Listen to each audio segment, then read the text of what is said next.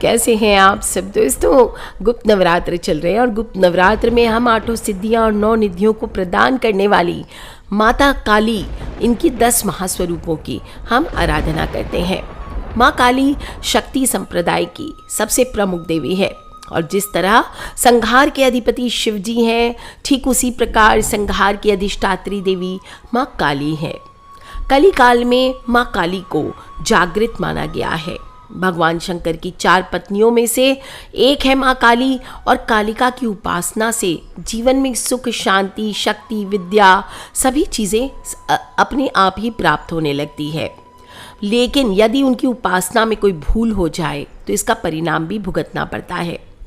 जितनी भी देवियां हैं सभी शक्ति स्वरूपा है और शुंभ निशुंभ वध के समय माँ देवी के शरीर से एक तेज पुंज बाहर आया था। फलस्वरूप उनका रंग काला पड़ गया और तभी से उन्हें काली कहा जाने लगा।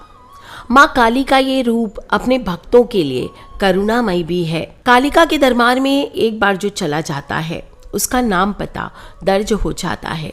यदि यहाँ दान मिलता है तो दंड भी मिलता है, आशीर्वाद मिलता है तो शाप भी मिलता है और मन्नत पूरी होने के बदले में वचन दिया है उसे तुरंत पूरा करना चाहिए, नहीं तो अग्नि के संपर्क में आने पर जैसे पतंगा भस्म हो जाता है, उसी प्रकार झूठ कहने पर माँ काली के संपर्क में आने के उपरांत साधक के समस्त अवगुण नष्ट हो जाते हैं। राग, द्वेष, विघ्न सभी भस्म हो जाते हैं। दोस्तों, काल रात्रि की गुप्त नवरात्र की सप्तमी तिथि है और अगर जीवन में आपको परिणाम नहीं मिल रहे तो इस रात्रि का पूरा लाभ उठाइए। अगर विशेष रूप से आप शत्रुओं से परेशान हैं तो आपको माँ काली की शरण में जाना चाहिए। मंगल और शनि पर राज करने वाली देवी है, बल और पराक्रम की देवी है और इनकी पूजा करने से शत्रुओं का स्वतः ही नाश हो जाता है। चाहे कोर्ट कचहरी के मामले हो, शत्रु बाधा हो, प्रेत बाधा हो, नज़र दोष से परेशान हो, आपको माँ काली की शरण में जाकर याचना करनी चाहिए। रात्रि का समय श्रेष्ठ होता है। पाप ग्रहों विशेषकर राहु, केतु, शनि की शांति के लिए माँ काली की उपासना अचूक कही गई है। दोस्तों, वैसे देखा जाए तो माँ काली की पूजा की बात हो तो भक्त निर्भीक हो जाता है, अपने आप रोग दोष दूर हो जाते हैं, लाइलाज बीमारियाँ ठीक हो जाते हैं, टोने टोटके का प्रभाव मिट जाता है, बुरी आत्माओं से माँ काली रक्षा करती है, कर्ज से छुटकारा दिलाती है, बिजनेस में परेशानियाँ आ रही है तो उनको दूर करती है, आपके जीवन साथी से तनाव मिटाती है, बेरोजगारी हो, करियर हो, शिक्षा हो, इसमें असफलता दूर होती है, कारोबार में लाभ मिलता है, नौकरी में प्रमोशन होते हैं, शनि राहु की महादशा हो, अंतरदशा हो, शनि की 7.5 हो, ढैया हो, सभी से काली रक्षा करती है। आपके जीवन में अगर हर रोज़ कोई ना कोई मुसीबत खड़ी हो जा रही है तो माँ काली इस तरह की घटनाओं को आपके जीवन से रोक देती हैं।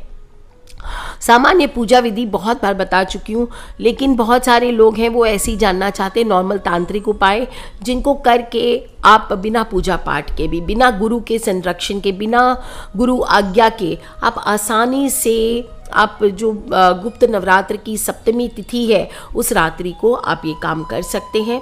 कोई कलश स्थापना नहीं करनी है, कोई अखंड जोत नहीं रखना है, कोई ज्वारे नहीं उगाने हैं, बस आपको एक स्नान करके हल्के लाल या गुलाबी रंग के वस्त्र पहन लेने हैं, थोड़ी सी गूगल की धूप पूरे घर में घुमा दीजिए जला करके और गुप्त उपाय स्वयं कीजिए। आपके आसपास जो लोग भी मुसीबत में, आपके मम्मी पापा, भाई बहन, बच्चे, उन लोगों से भी आप इन छोटे छोटे उपाय को शेयर कीजिए। पहला उपाय है 27 लौंग के जोड़े लेने हैं। जो 27 लौंग का जोड़ा यानी 54 लौंग लेने हैं और सभी लौंग ऊपर से फूल वाले पूरे राउंड होने चाहिए, उनको तोड़ना नहीं है। और इस फूल पर आप थोड़ा थोड़ा ऑरेंज या लाल वाला सिंदूर जो है वो लगाते जाइए। इनको अब आपको एक डिब्बी में सरसों के तेल के पात्र में डुबोना है। कैसे करना है? 1 लौंग लीजिए, शत्रु का नाम बोलिए, उसको उस पर सिंदूर लगाइए, उसको छोटी सी डिब्बी में सरसों तेल भर के उसमें डालिए। इसके बाद फिर दूसरी लौंग लीजिए, फिर उस पर सिंदूर लगाइए, शत्रु का नाम बोलिए, फिर उसको सरसों तेल के बॉटल में डालिए। तीसरी लौंग लीजिए, शत्रु का नाम बोलिए, सिंदूर लगाइए, फिर उसको सरसों के तेल के बॉटल में डालिए। इस तरह से आपको पूरे 27 जोड़े जो लौंग के हैं आप इस तरह से सिंदूर में डुबाइए। इसके बाद सरसों के तेल के पात्र में डुबो दीजिए और माता रानी के सामने विराजित करके हाथ जोड़कर प्रार्थना करें कि वो पर्सन जो आपको तंग कर रहा है, वो पर्सन जो आपको परेशान कर रहा है, गुप्त रूप से आपका गुप्त शत्रु है। अगर आप नहीं भी जानते हैं कि कौन गुप्त शत्रु है और आपको कौन हानि पहुंचा रहा है, तो आप तभी भी गुप्त शत्रु, अज्ञात शत्रु के नाम से इस उपाय को कर सकते हैं। और फिर इस डब्बी को बंद करके आपको किसी अलमारी में छुपा कर रख देना है घर के ईशान कोण में। ईशान कोण यानी कि north east corner of the house. सप्तमी, अष्टमी, नवमी 3 दिन आपको वहीं रहने देना है।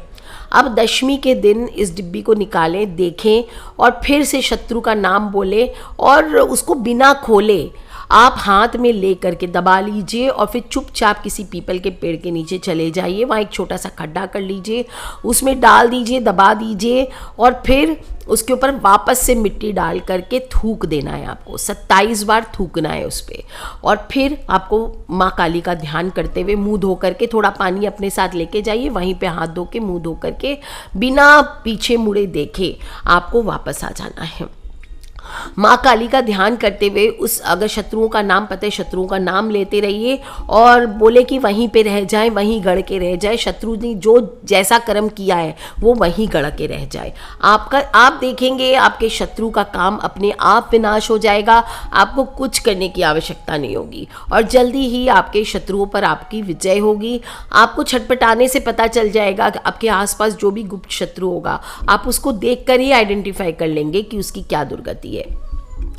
अब एक दूसरा उपाय बता देती हूँ, केले का उपाय। दोस्तों, एक केला लेना है, सिंपल पका हुआ, बहुत ज़्यादा पिलपिला ना हो, थोड़ा सा कचास हो, थोड़ी मतलब नॉर्मल ताज़ा हो कि आप आज की आज खा सकें। और एक केला लेकर के अब एक सिक्का लेना है, सिक्के से आपको केले का पेट चीर देना है। इस केले के बीच में आपको एक कागज पर अपने शत्रु का नाम काले रंग के पेन से लिखना है और शत्रु का नाम लेते लेते ओम क्रीम कालिकाय नमः, ओम क्रीम कालिकाय नमः, ओम क्रीम कालिकाय नमः, शत्रु नाशे नाशे स्वाहा, शत्रु नाशे नाशे स्वाहा, ये बोलते बोलते आपको उसमें शत्रु का नाम लिखना है पेपर पर।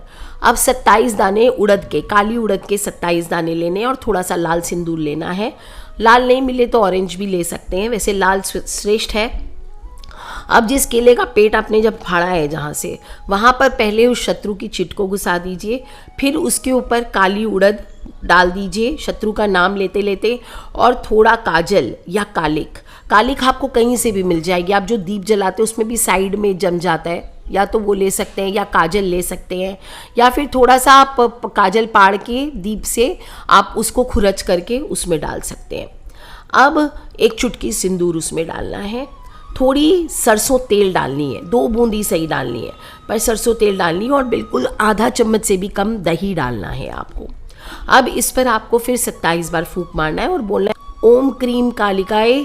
शत्रु का नाम बोलना है। जैसे मैं किसी राज के बारे में बोल रही हूँ तो मैं बोलूँगी ओम क्रीम कालिकाय शत्रु राज नाशय नाशे स्वाहा, ओम क्रीम कालिकाय शत्रु राज नाशय नाशे स्वाहा।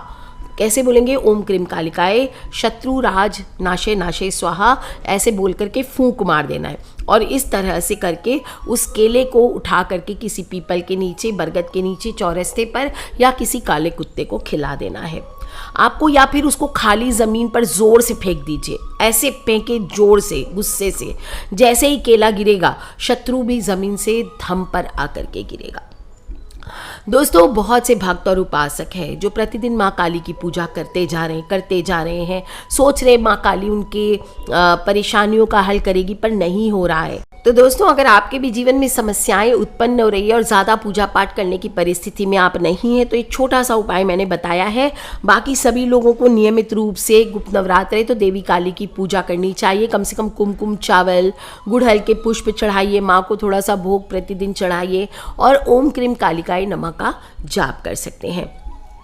दोस्तों बहुत सारे लोग कहते हैं कि हम माँ काली के ऐसे तो अभिमंत्रित हो रहे हैं गुप्त नवरात्र में काली माँ की कवच और काली माँ का पूरा जो वस्त्र के साथ है, कामाख्या देवी में भी जो अम्बुवाची में पूजा हुई है उसके भी पूरे के पूरे वस्त्र वगैरह सब दिए जा रहे हैं आश्रम से।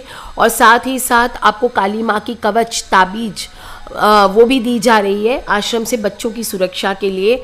बच्चे हों बड़े हों कोई भी पहन सकते, लेकिन अगर आप किसी कारणवश अफोर्ड नहीं कर सकते या उसे प्राप्त नहीं कर सकते तो आपको मैं बता देती हूँ कि इस गुप्त नवरात्र में सप्तमी अष्टमी नवमी को आपको एक काला कपड़ा ले लेना है।